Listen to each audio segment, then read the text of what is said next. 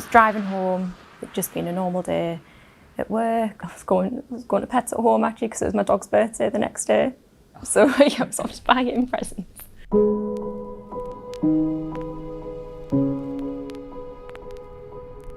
From Scarborough towards York, I was loading a load of fertilizer to tip on a farm on the other side of Morpeth. I remember exactly that route. Fairly busy traffic, but nothing out of the ordinary for that time of day, kind of 5:30, 6 o'clock.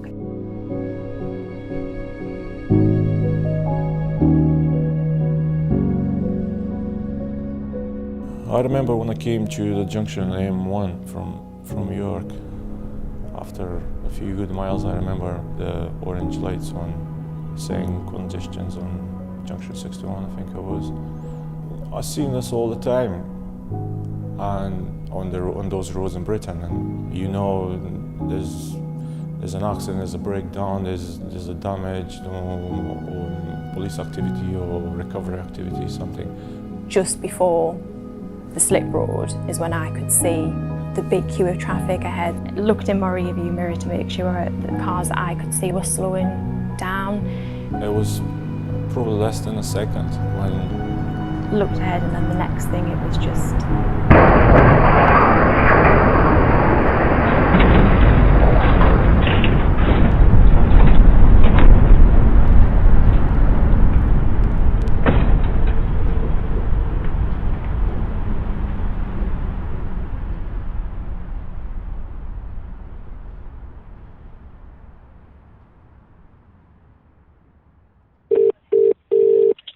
Emergency. Multiple requests for police and fire. Get back! A truck is run into a load of stationary vehicles. And it just didn't stop. There is 2 lorries, 4 cars. Smashed up to pieces and it's on fire. Jesus Christ. It's northbound, but the truck's on the southbound carriageway and I don't think the driver's out the cab. Right, listen, we're getting fire and ambulance traffic, alright? I could just hear that kind of metal crunching kind of sound, and that was one of those moments where you're just like, I can't move, I can't get out of this. You've just got to sit and watch it happen. And I was holding the steering wheel so hard because the cab snapped. And the next thing, somebody was shouting, are you there? Are you all right? Because you need to get out. So they were kicking the wagon screen with their legs. Like an alarm was going off in my car, and I could just see all the chaos around me. Like there was the lorry was on fire, and then there was all the debris that was on fire around me as well. And I remember like looking around and thinking, this is what you see in films. This isn't real life. I was desperate to come out the window. Like I seen a hand coming through, and they grabbed my hands and they pulled me through the broken glass. I seen the fire, so we ran away because they asked me what's in the trailer, and I said it's fertilizer. I was screaming to people to run away from the truck, and then just a few seconds after that it exploded or caught a serious fire. I was positive somebody died because I knew there was a car underneath my wagon. I knew that. I've got about 10 999 calls coming in for the A1M northbound. 1 lorry on fire and a 5-car crash at Bolburn by the looks of it. Yes, do you want a full closure on top of 61? Yes. Stop. Northbound and southbound between 60 and 62, total closure. LA received. It was fairly apparent from the number of calls that we got and from the tone of voice from the comms operators how serious this was. I was travelling southbound on the A1, and in the distance I saw a big plume of black smoke. Is it going to be a bad one? Are there going to be people who have died there, seriously injured? Am I going to have to treat these people? And when you see fire and smoke and what have you, you know you're going to a bad one, unfortunately. The first thing was the heat coming from the fire, like nothing I've ever experienced, like opening an oven door. There was multiple vehicles smashed up, spun round. There's a HGV on its side and it was on fire, and there were at least 3 or 4 of the cars which were completely wrecked. 329, the lorry under 61 is full of fertiliser. They've been advised we're going to need 300 to 400 metre perimeter. Get people away! Fertiliser! Start turning round and try and get off there. And as I approached the Hilux, an off-duty doctor told us already that the gentleman inside was deceased. Elliot, just to confirm, there's a paramedic here on scene, army I believe, and there is somebody deceased inside a vehicle. Everyone clear away, there's still a risk of further explosion. As I walked closer, kind of seen, unfortunately, blood and body parts on the road as well, and given the number of vehicles involved and how bad it was, preparing yourself for the worst in relation to it being more people dead than just the one. Jesus Christ. LA 327. Given the gravity and the size of this scene, I'd suggest we call out additional accident unit, because it's literally like a bomb's gone off. There were lots of people who were in the road at the time, and it was clear that not many people knew what they needed to do. So we're prioritising people who are injured and make sure everyone from the vehicles that have been damaged are accounted for in one way or another. Right, these need checking to this. The cars, I'm happy there's nobody in these two cars. I'm concerned about the cab of the tipper. Right, there's a driver up there. Okay. Can I leave you? We'll locate. Check, good news, the driver of the silver wagon on fire is... been located well. Yeah, we see LA intercept, so at the minute just one deceased. At that time I thought that's all it was, the one fatality. Just for the log, we're going to have to disturb the wreckage just to ensure that there's no one else in there, and I'm being told that there is a second fatality at the scene.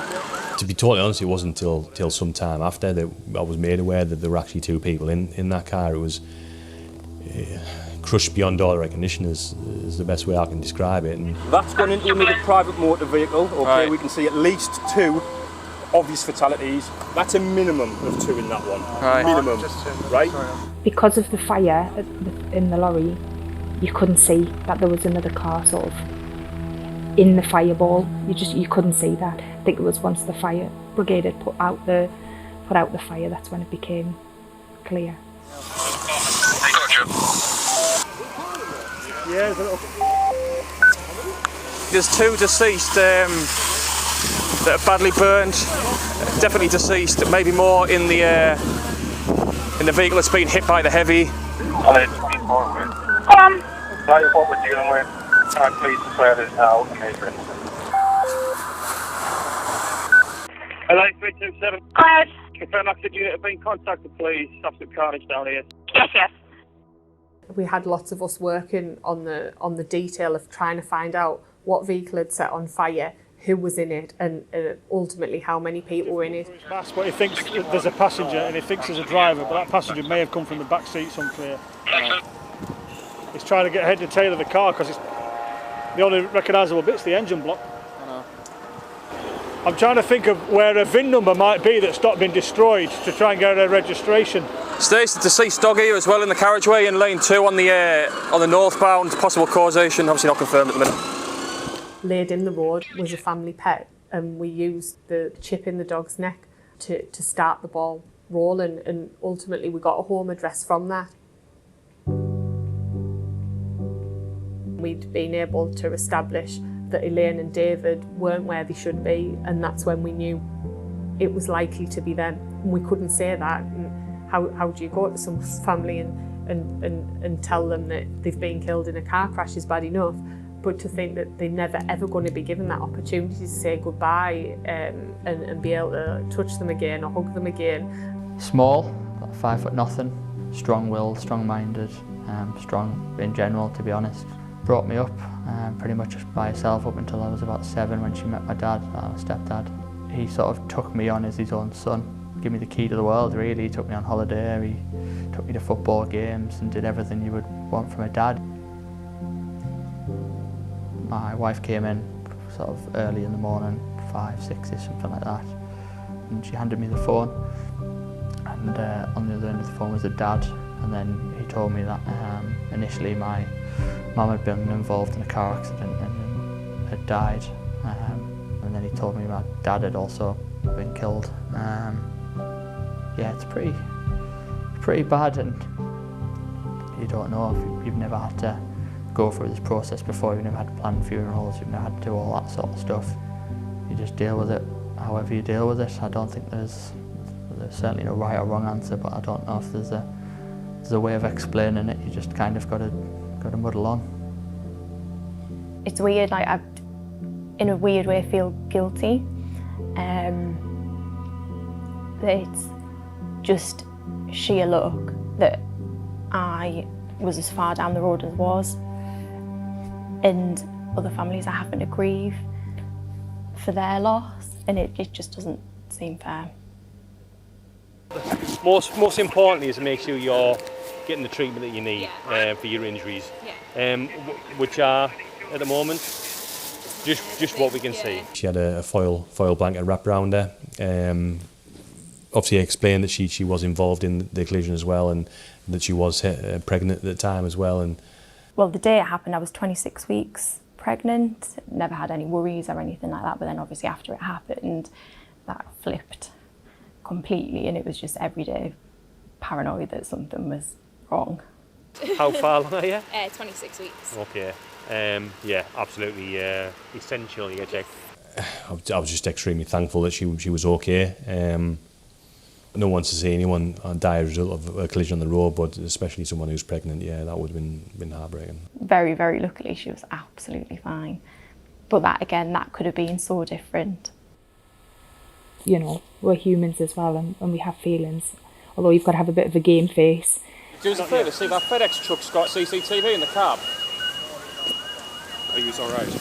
I'm alright. We'll be fine now because we're task focused at the minute. Yeah, I know. You do have to focus because you're there to do a job, and people have expectations about you, but you do take a minute and step back and think, you know, this could be my family. This could be me. The guy over there who's been trucked by them is the driver of this wagon.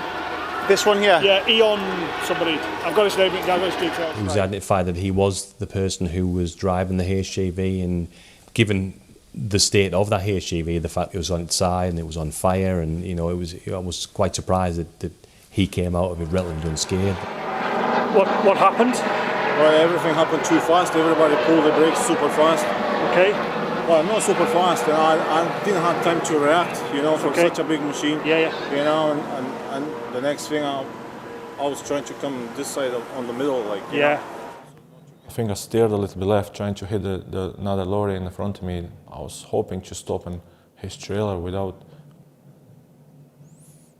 critical damage, casualties, but. He'd made comments at the scene to say that the traffic had just stopped in front of him and he hadn't had time to stop. The witnesses had told us very early on that it hadn't braked, and it had just ploughed into this stationary traffic. Well, the stationary traffic was there to be seen, and at that point we've got enough suspicion for him to be taken into custody. How are you? I'm glad I'm alive. Yeah, I bet you are. Thank you. A bit of a scary situation, was it? I didn't know to what extent he knew what damage he'd caused at that stage. I didn't know whether he was aware that the people had died as a result of his actions. I think when I was explained to him that he was under arrest on suspicion of death by dangerous driving, I think he'd realised how severe a situation he was in. The time's 18:59 and you're under arrest for causing death by dangerous driving, all right? You do not have to say anything but it may harm your defence if you do not mention when questioned, something which you later rely on in court, and anything you do say may be given in evidence. Do you understand everything that I've said? Absolute devastation. I could see by his face, just the shock, the disbelief about what had happened. Obviously he had the knowledge at that time that it was because he was on his mobile phone that crash had happened. And how that would have played on his mind, I wouldn't know, but I wouldn't imagine that he would be comfortable in that knowledge. Have you got your mobile phone with you at the moment? Could I take that from you, please? Of course, I knew my phone was in my pocket, and I knew it's going to come up. If people get involved in accidents and people die, you can't hide that. It was a bad choice, really bad choice. We were a number of days in the investigation when finally our digital unit that were able to access the phone and forensically examine the phone came to us to say that for the proportion of that day, whilst he'd been driving, he'd been on his mobile phone. Okay, Nico, this interview has been audio and video recorded. The time by now, which is 12:01 p.m, and the date is Wednesday, the 15th of September 2021. We gathered all our evidence by then. We knew that he'd been on his mobile phone. We had CCTV that we needed to show to him, and it was during that interview that when I pressed play on the laptop for him to see what had happened. He was completely and utterly broken. So like I say, we've got some footage. This is a compilation of 3 or 4 different bits of dash cam. I'm just going to let it play through. There's different bits. When I seen the videos, I don't know, I can't explain it. It's just something so disturbing. Knowing I was me plowing through the cars. He's watching a video of himself kill 3 people. It can't have been easy. But on the other hand, it was going to happen. That was a collision waiting to happen. I was devastated because when I'd arrested him and the way that he reacted, I felt heartily sorry for him on the night. And then to find out the cause of the accident, I felt a bit embarrassed because this might sound awful, but I don't think he necessarily deserved us to feel sorry for him. Given the carnage at the scene, given the loss of life, the fact that he decided to use his mobile phone whilst he's driving a HGV, it's unforgivable from my point of view, and I can't get my head around why anyone would think that would be acceptable. I was so angry when I found that out because I'm like, people have died. Ambulance have been on. We want to know how many casualties we have that'll need attention. If we can get sort of like a rough idea, so I can pass it on to them, please. In all honesty, at this moment in time, I don't know. And I think about it a lot because I couldn't imagine how he must feel, like knowing that you've killed 3 people for something so stupid. Like, I don't know how he can sleep at night. I didn't plan to do any harm. I didn't plan to, it was just another day in my work, but just, it didn't meant to be like this, I'm so sorry. I have no doubt he didn't set out on his day to go and kill some people, but he's made a conscious choice to use his mobile phone to do whatever he was doing. That's frustrating. Ultimately, it makes no difference in the grand scheme of things. Neither of them can be brought back, but I think, yes, he's in prison now and he's got to think of it every day, but he had a wife and child, and his 13-year-old daughter has now got to live with the fact that her dad's killed 3 people and injured and affected countless more people's lives by doing something that was completely avoidable. I had to understand my life is never going to be the same again.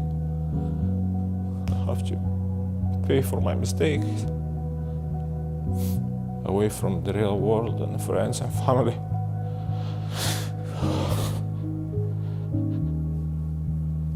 I never had a chance to apologize, to say sorry to anybody who they lost their loved ones. People that are injured and they have to suffer with backflashes and injuries for the rest of their lives. It's hard. It's really hard to accept that. Plus, living for the rest of your life with that in your head, it's not easy either. Ultimately, it's a small prison sentence compared to the lifetime of heartache and grief that the family of the 3 loved ones have got. You look at a picture that they're in on our wall, and one little boy will look up and he'll say, "Oh, who's that?" or whatever, and you've kind of got to explain that to him, and he's too young to understand, really. There's a lot that I'm still putting up with. I still lose sleep over it. I still have nightmares about it when I do finally get to sleep. I'm very good at just kind of putting it in a little box, and I'll be like, I'll deal with that later, I'll deal with it later. And then it just comes out from time to time. I don't think people think about the what ifs going at speed along the road, and it only takes like you to take your eyes off the road for 1 second for something like this to happen. I think the only way to change people's behaviour is educating them on their not only the dangers but the impact that it can have on other people's lives, and also sort of how easy these sort of things can happen, and that they can happen to anyone. So I don't think people see the consequences, and because it maybe hasn't happened to them, because they haven't felt the full effect of it, they can't see what it's doing to people. Don't think anybody would subconsciously say, "Oh well, I'm a good driver, so I can look at my mobile phone while I'm driving." I think it's just a habit. Probably have that attitude of, "Oh, it won't happen to me," but it could happen to you, and it's not just you that you need to think about. I wasn't on my phone. I'm assuming none of the other victims were on their phone. Like, we all managed to stop in time for the traffic. So why do you think you can do it? You could be that person who ultimately takes someone's life, or multiple people's lives in this case. Like, look what you've done. Like, that momentary decision to look at your phone, look at what you've done.